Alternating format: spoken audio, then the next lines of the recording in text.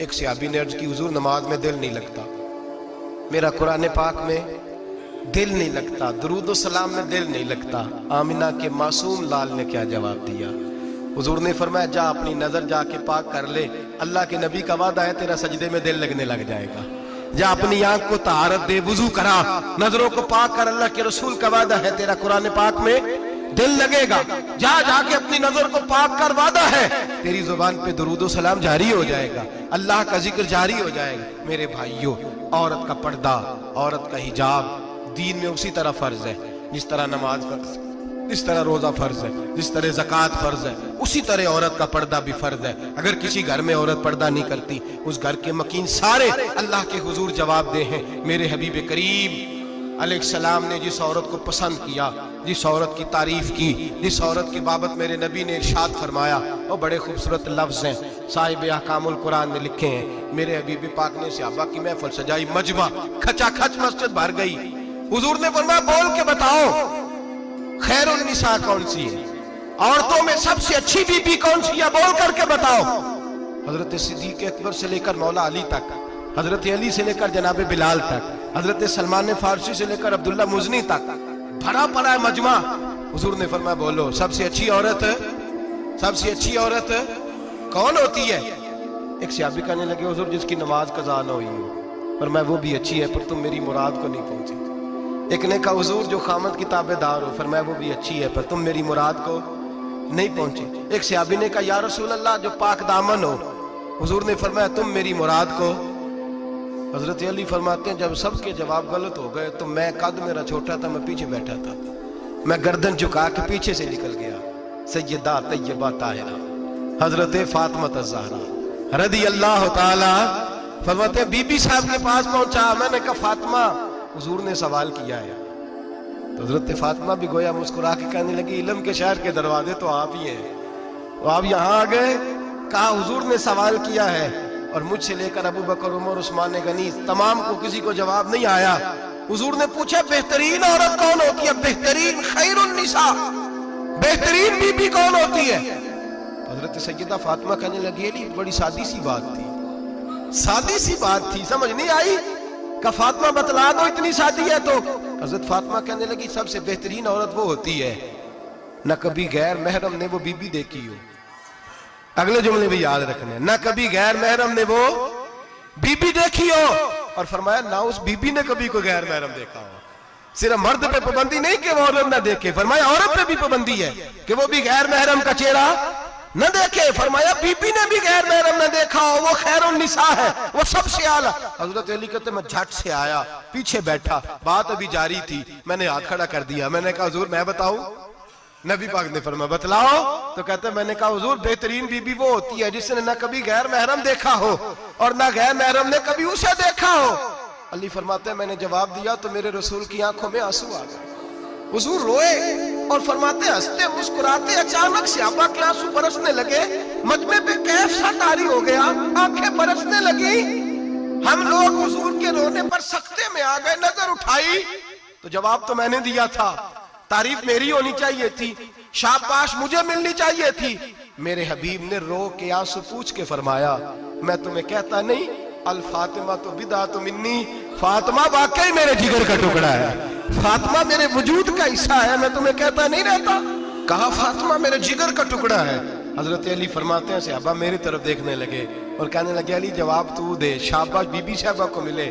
تو کہتے ہیں میں نے کہا حضور روئے ہیں تو آنسو میرے بھی چھلک ہی پڑے ہیں۔